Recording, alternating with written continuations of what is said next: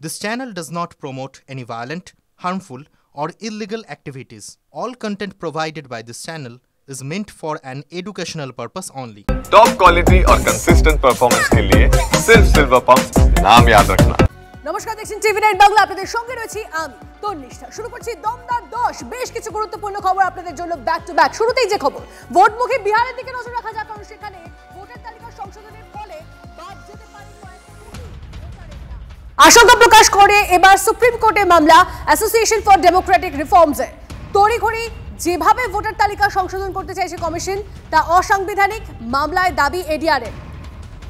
সায়ন্ত আমাদের প্রতিনিধি আমাদের সঙ্গে রয়েছে, বিষয়টা আরো ডিটেইলসে জানবো। সায়ন্ত, দেখো, বিহারের নির্বাচনকে ঘিরে যে জটিলতা তৈরি হবে তা কিন্তু অবশ্যম্ভাবী ছিল, এবং সেই জায়গায় দাঁড়িয়ে ইলেকশন কমিশন যে সিদ্ধান্ত নিয়েছে যে একেবারে নিবিড় সংশোধন, যেখানে ভুয়ো ভোটার হোক বা দলিত বা যারা দিনের পর দিন ভোট দেয় না তাদেরকে ভোটার তালিকা থেকে বাদ দেওয়া হবে, এবং এই সংশোধনের জেরে কিন্তু বিহারের কয়েক কোটি ভোটার বাদ যাওয়ার আশঙ্কা তৈরি হয়েছে। এই অবস্থায় দাঁড়িয়ে the association of Democratic reforms তারা কিন্তু সুপ্রিম কোর্টে মামলা করলো, এবং মামলার তাদের তরফে যে আইনজীবী প্রশান্ত ভূষণ কিন্তু একটা বিষয় স্পষ্ট করেছে যে আর্টিকেল 32 সংবিধানের সেটা সম্পূর্ণভাবে লঙ্ঘিত করছে নির্বাচন কমিশন। সেই কারণেই তারা মামলার পথে হেঁটেছে।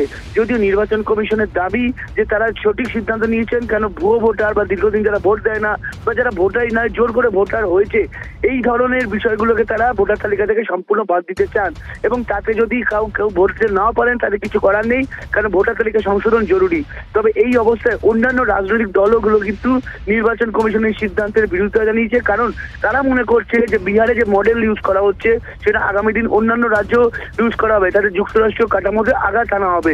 এই অবস্থায় দাঁড়িয়ে বিহারে নির্বাচনের আগে নতুন করে জটিলতা তৈরি হয়েছে, এবং ইলেকশন কমিশনের বিরুদ্ধে সুপ্রিম কোর্টে চলে যাওয়ায় নির্বাচনের আকাশে ইলেকশন কিন্তু রীতিমতো সমস্যায় পড়তে পারে বলেই মনে করছেন কূটনৈতিক মহল। এই অবস্থায় দাঁড়িয়ে কতটা নির্বাচন কমিশন নিজের কাজটা করে উঠতে পারে সেটাই কিন্তু এখন দেখার। বেশ, অবশ্যই নজর রাখো সায়ন্ত। আপাতত ধন্যবাদ। আরো একবার আপনাদেরকে জানিয়ে রাখি, ভোটমুখী বিহারে ভোটার তালিকা সংশোধনের ফলে বাদ যেতে পারে কয়েক কোটি ভোটারের নাম। আশঙ্কা প্রকাশ করে এবার সুপ্রিম কোর্টে মামলা অ্যাসোসিয়েশন ফর ডেমোক্রেটিক রিফর্মসে। তড়িঘড়ি যেভাবে ভোটার তালিকা সংশোধন করতে চাইছে কমিশন, তা অসাংবিধানিক। মামলায় দাবি এডিআরের। আর এই নিয়ে আমরা কথা বলেছিলাম তৃণমূল নেতা জয়প্রকাশ মজুমদারের সঙ্গে। তিনি কি বলেছেন শোনাবো আপনাদের। ইলেকশন কমিশন কখনো এক পা এগিয়ে 5 পা পিছনো, কখনো ঢোক দিলে সরি, কখনো বলেছে যাকে যাকে, কিন্তু এটা প্রমাণিত যে ইলেকশন কমিশন একটা গভীর ষড়যন্ত্রে লিপ্ত আছে কেন্দ্রীয় সরকারের বা বিজেপির নির্দেশে, যাতে ভোটার লিস্টটাকে কায়দা করে বিভিন্ন নির্বাচন তারা জিততে পারে। এর আগেও বেশ কয়েকটি রাজ্যের নির্বাচন বিজেপি ঠিক এই কায়দায় জিতেছে।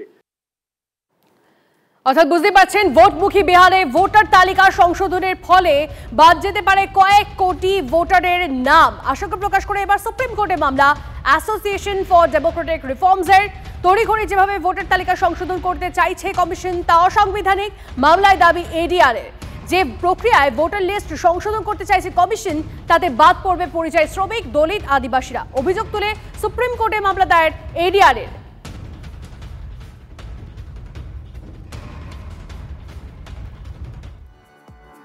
আধার বা প্যান কার্ডের ভিত্তিতে আর নতুন ভোটার কার্ড নয়, বয়স সংশোধনেও গৃহীত হবে না আধারের তথ্য। বিহার ভোটের আগের সিদ্ধান্ত জাতীয় নির্বাচন কমিশনের। গৃহীত হবে শুধুমাত্র বার্থ সার্টিফিকেট, অনুমোদিত বোর্ডের অ্যাডমিট কার্ড। দেশ জুড়ে আধার জালিয়াতির মধ্যেই সিদ্ধান্ত জাতীয় নির্বাচন কমিশনের। আরও একবার আপনাদেরকে জানিয়ে রাখি, বিহার ভোটের আগের সিদ্ধান্ত জাতীয় নির্বাচন কমিশনের। আধার বা প্যান কার্ডের ভিত্তিতে আর নতুন ভোটার কার্ড নয়, বয়স সংশোধনেও গৃহীত হবে না আধারের তথ্য। বিহার ভোটের আগেই সিদ্ধান্ত জাতীয় নির্বাচন কমিশনের। গৃহীত হবে শুধুমাত্র বার্থ সার্টিফিকেট, অনুমোদিত বোর্ডের অ্যাডমিট কার্ড। দেশ জুড়ে আধার জালিয়াতির মধ্যেই সিদ্ধান্ত জাতীয় নির্বাচন কমিশনের। আর এই মুহূর্তে আরো একটা খবরের দিকে নজর রাখা যাক। 21শে জুলাই তৃণমূলের মেগা সমাবেশের আগেই রাজ্যে মোদীর জোড়া সভা। মে মাসে আলিপুরদুয়ারের পর চলতি মাসে ফের বঙ্গ সফরে আসছেন প্রধানমন্ত্রী। বিজেপি সূত্রে খবর, 18 জুলাই দমদমের পাশাপাশি দুর্গাপুরেও সভা করতে পারেন নরেন্দ্র মোদী। সভাপতি বদলের পর নতুন উদ্যমে বাংলা দখলে মরিয়া পদ্ম শিবির। নরেন্দ্র মোদীকে এনে কর্মীদের মনোবল বাড়ানোর কৌশল বিজেপির। আমাদের পার্টির নানা কার্যক্রম থাকে, তো সেই পার্টি কার্যক্রমে আমাদের কিছু সভার পরিকল্পনা আছে, সেই কারণেই আমরা আজকে এসেছি, একটু দেখছি। প্রধানমন্ত্রীর আসার কোনো কথা? প্রধানমন্ত্রী ভারতবর্ষের যে কোনো প্রান্তে যে কোনো সময় যেতে পারেন। 18 তারিখ আসছেন? আমাদের কাছে এখনও পর্যন্ত সে ধরনের কোনো খবর নেই।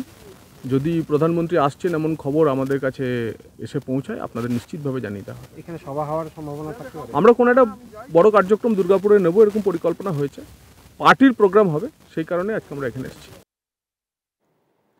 ফের বাংলায় আসছেন মোদী। প্রধানমন্ত্রীকে রাজনৈতিক পর্যটক বলে কটাক্ষ কুণাল ঘোষের। আগেও বারবার এসেছেন মোদী শাহ, প্রত্যাঘাত হয়েছে বিজেপি। খালি হাতে আসছেন, বাংলার প্রাপ্য টাকা কোথায়?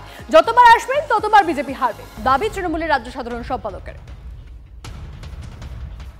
রাজনৈতিক পর্যটক আসবেন যাবেন, প্রধানমন্ত্রী অমিত শাহ এরা নতুন তো আসছেন না, তারা তো বারবার আসেন, ভোটের আগে বড় বড় কথা বলেন এবং তারপরে দেখা যায় বিজেপি প্রত্যাখ্যাত হয়েছে। তাই হবে তো, প্রধানমন্ত্রী আসছেন সেই তো খালি হাতে আসছেন, খালি হাতে। প্রধানমন্ত্রী আসছেন, বাংলার টাকার কি হলো? দুটো টেলিপ্রম্পটার দিয়ে ভাষণের জন্য উনি আসছেন। যতবার এই প্রধানমন্ত্রী অমিত শাহরা আসবেন সেই সব নেতিবাচক প্রভাবে তত বেশি করে বাংলায় বিজেপি হারবে।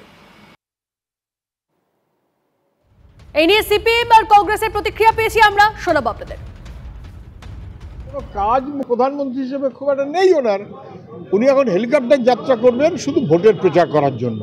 ওনার আচ্ছা যদি আসছেন বক্তৃতা করবেন, যার ইচ্ছা হবে শুনবে, কিন্তু বিভ্রান্তির প্রচার যেভাবে বিজেপি করছে এটা কিন্তু মানুষের কাছে ধরা পড়ে গেছে। বিজেপি পার্টি বাংলা দখল করার জন্য সর্বস্ব পণ করে তারা ময়দানে নামার চেষ্টা করছে। তার জন্যই এখন থেকে প্রধানমন্ত্রী, গৃহমন্ত্রী, আরো বড় বড় মন্ত্রী শান্তি তারা আসবে। এটার মধ্যে অবাক হওয়ার কিছু নেই। বিজেপি পার্টি চেষ্টা করবে, তার জন্য সাম্প্রদায়িক মেরুকরণ হবে, আর বিজেপির লাভের পাশাপাশি দিদি লাভ করার জন্য বিজেপিকে মদত দেবে। এই বাংলায় বিজেপি বাসীর শিকড় বাকড় যা কিছু প্রসার প্রতিপত্তি সব তৃণমূলের নেত্রী মমতা ব্যানার্জির দৌলতে পেয়েছে।